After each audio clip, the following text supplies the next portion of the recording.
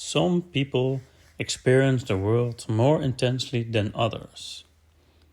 Loud environments feel overwhelming. Bright lights feel exhausting. Crowded places drain energy quickly. And because of that, many highly sensitive people grow up thinking something is wrong with them.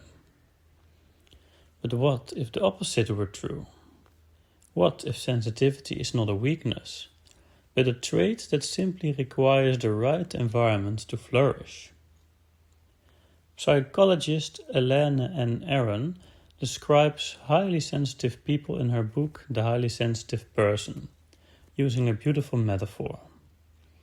She says that highly sensitive people are like orchids. An orchid is not a fragile plant in a negative sense.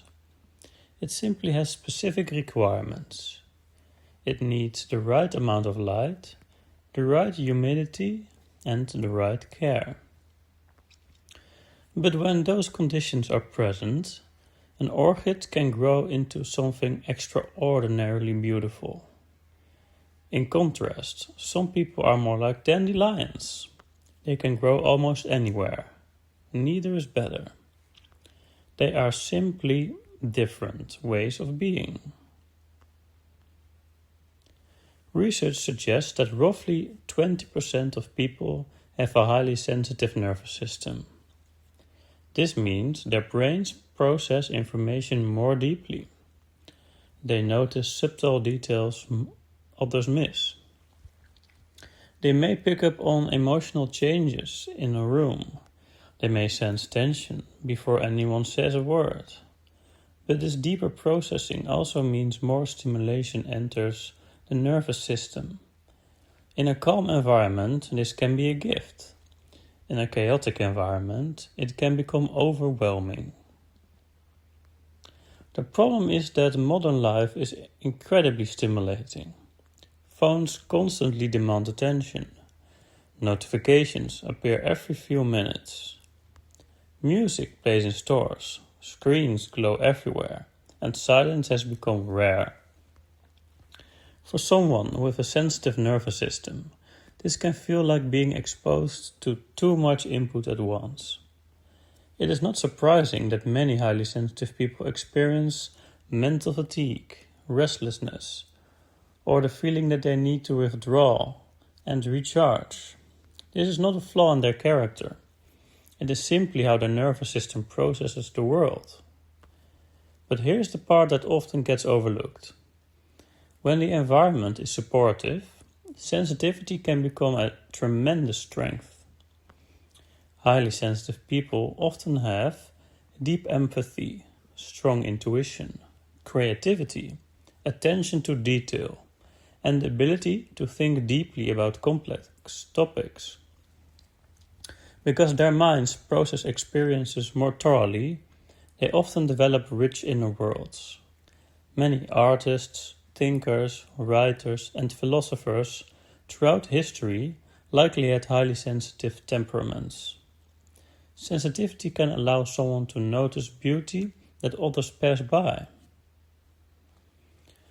The real question is not whether sensitivity is good or bad.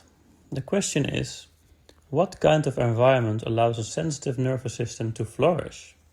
Just like an orchid, the conditions matter. Highly sensitive people often thrive in environments that include periods of quiet, time in nature, deep, meaningful work, and relationships that feel emotionally safe.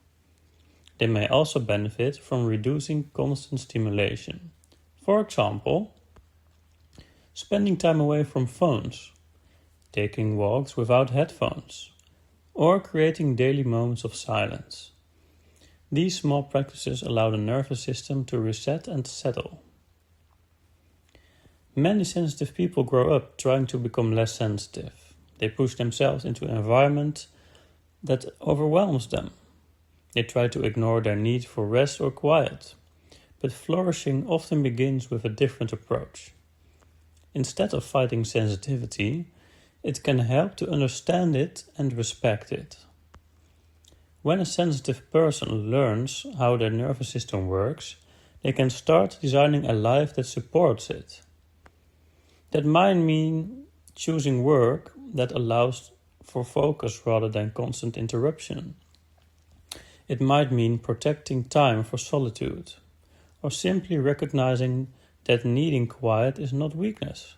It is a natural requirement of their biology. When the right conditions are present, something remarkable can happen. The same nervous system that once felt overwhelmed can begin to express its strengths. Sensitivity can transform into deep insight, compassion, creativity, and an ability to appreciate life's subtleties. Just like the orchid in Elaine Aron's metaphor, sensitivity does not prevent flourishing. Under the right circumstances, it can actually make someone extraordinarily vibrant. In a world that constantly pushes for speed, stimulation and noise, highly sensitive people may sometimes feel out of place. But sensitivity is not a defect. It is simply a different way of experiencing reality. And when a sensitive person learns to create the conditions that nourish their nervous system, their mind can open in ways that are thoughtful, perspective, and deeply alive. Just like the orchid, they may require the right environment. But when they receive it, they can flourish in ways that are truly remarkable.